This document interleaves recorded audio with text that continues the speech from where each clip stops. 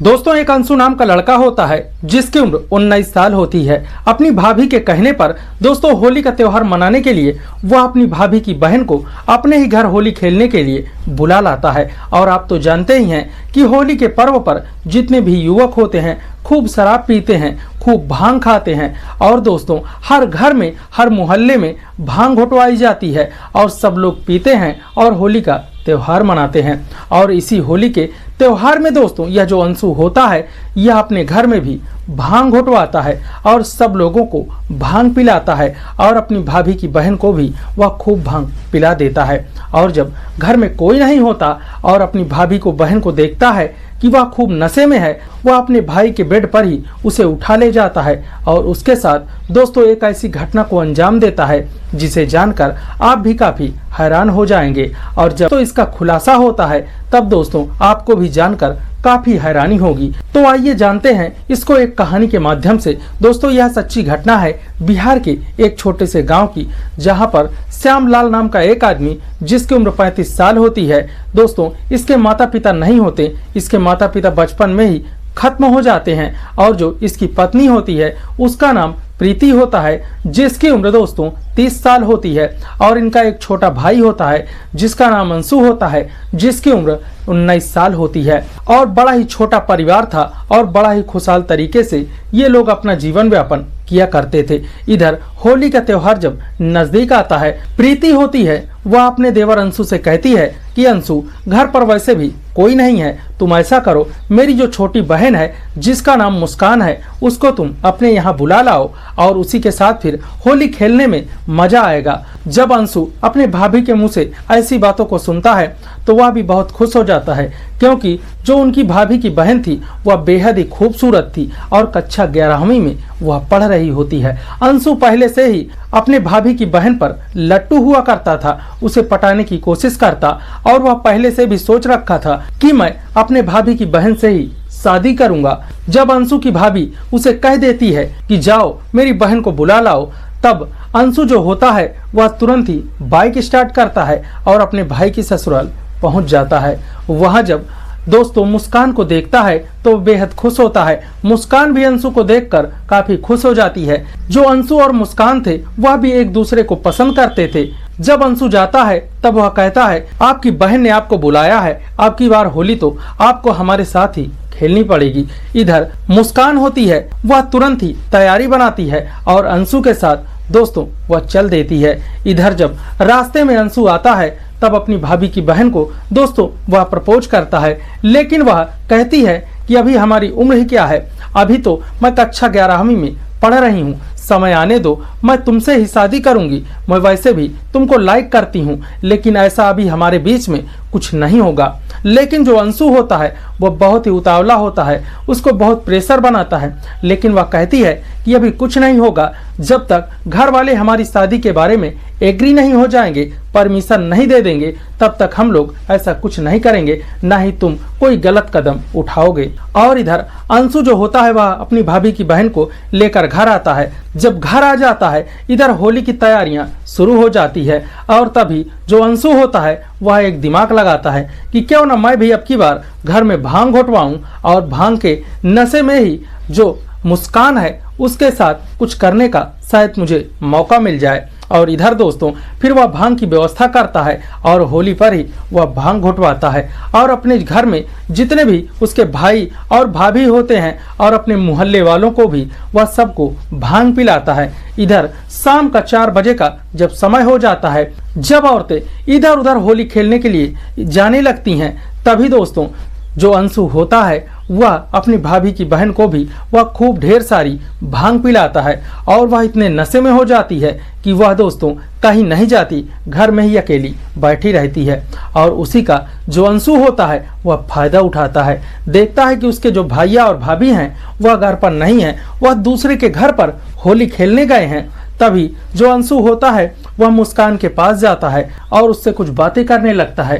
तभी जो मुस्कान होती है वह बहुत ही खुश होती है, वह बार बार मुस्कुरा रही होती है, क्योंकि जो कभी नशा नहीं करता उसको कुछ ज्यादा ही नशा चढ़ जाता है। और इसी नशे में दोस्तों जो अंशु होता है वह समझ जाता है कि इस समय मुस्कान के साथ अगर मैं कुछ भी करूंगा तो यह किसी से ना कुछ कहेगी और ना ही कोई जान पाएगा, और जब इसका नशा उतरेगा तो इसको महसूस भी नहीं होगा कि इसके साथ क्या हुआ है। फिर अंशु मुस्कान को लेकर अपने भाभी के बेड पर जाता है और उसके सारे कपड़े निकाल देता है और अपने भी कपड़े निकालकर दोस्तों वह उसके साथ संबंध बनाना शुरू कर देता है। इधर जो मुस्कान होती है वह तो काफी नशे में होती है, लेकिन फिर भी वह अंशु को काफी डांटती है, मारती है, छुड़वाती है। लेकिन अंशु जो होता है 19 साल का नौजवान लड़का होता है, वह उसे नहीं छोड़ता और उसी के साथ दोस्तों वह उसके साथ जबरदस्त तरीके से संबंध बनाता है। और संबंध बनाने के बाद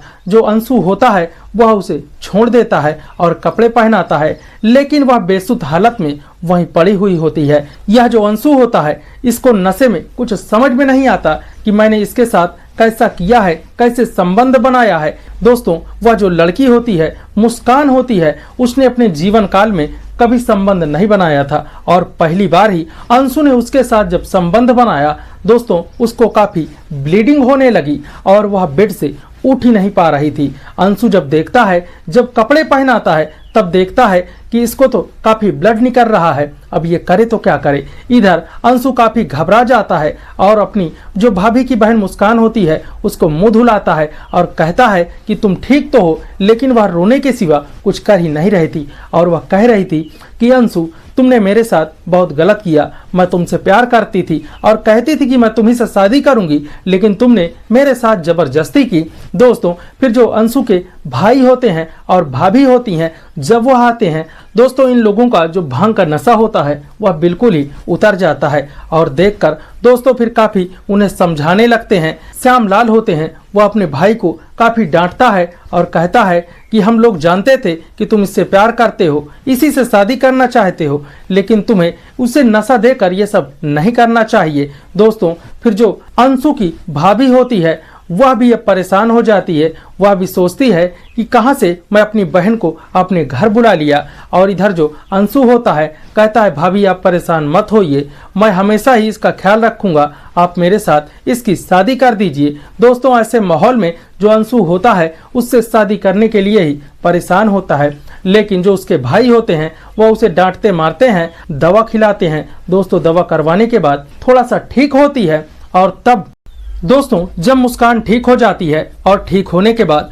वह अपने जीजा और दीदी से कहने लगती है कि मैं अब अंशु से ही शादी करूंगी, क्योंकि मैंने अपनी लाइफ में किसी के साथ ये सब नहीं किया था और पहले भी कहा था कि मैं जिसके साथ शादी करूंगी उसी के साथ ही ये सब करूंगी। और वो अपने दीदी और दोनों से प्रेशर बनाती है और अंशु से कहती है कि तुम्हें यही सब करना है तो अब तुम मुझसे तुरंत ही शादी करो। दोस्तों जो उसके भैया और भाभी होते हैं वह भी कहते हैं चलो ठीक है, जब तुमने उसके साथ एक ऐसी घटना को अंजाम दे दिया तो अब तुम इसके साथ शादी करो, जब तुम्हें और कुछ करना नहीं है, बस यही चाहिए, तो इसी के शादी करके अब इसके साथ रहो और तुम्हें जो करना है करो। दोस्तों मुस्कान जो होती है वह अंशु से शादी करने के लिए तैयार हो जाती है और अंशु भी शादी के लिए वह तो बेताब ही था। और ये दोनों फिर दोस्तों पूरे परिवार वालों को बुलाते हैं और एक मंदिर में ले जाकर दोस्तों दूसरे दिन ही इन दोनों की शादी करवा देते हैं और कहते हैं कि जाओ अब तुम खुशहाल रहो।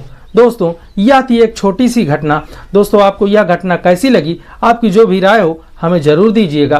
दोस्तों समाज में आजकल ऐसी घटनाएं हो रही हैं जिस पर विश्वास करना भी मुश्किल हो गया है, क्योंकि किन रिश्तों पर विश्वास किया जाए, किन लोगों पर विश्वास किया जाए।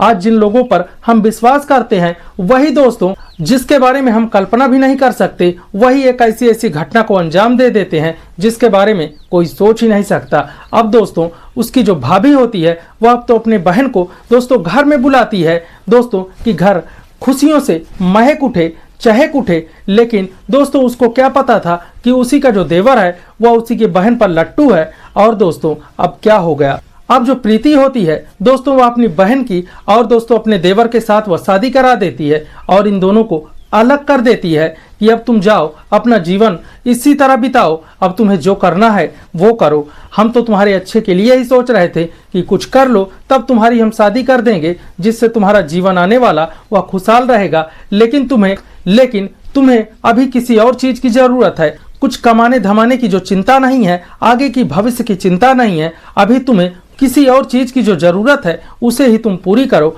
आने वाले समय में तुम्हें खुद ही समझ में आ जाएगा। तो दोस्तों, आपकी जो भी राय हो हमें जरूर दीजिएगा। धन्यवाद।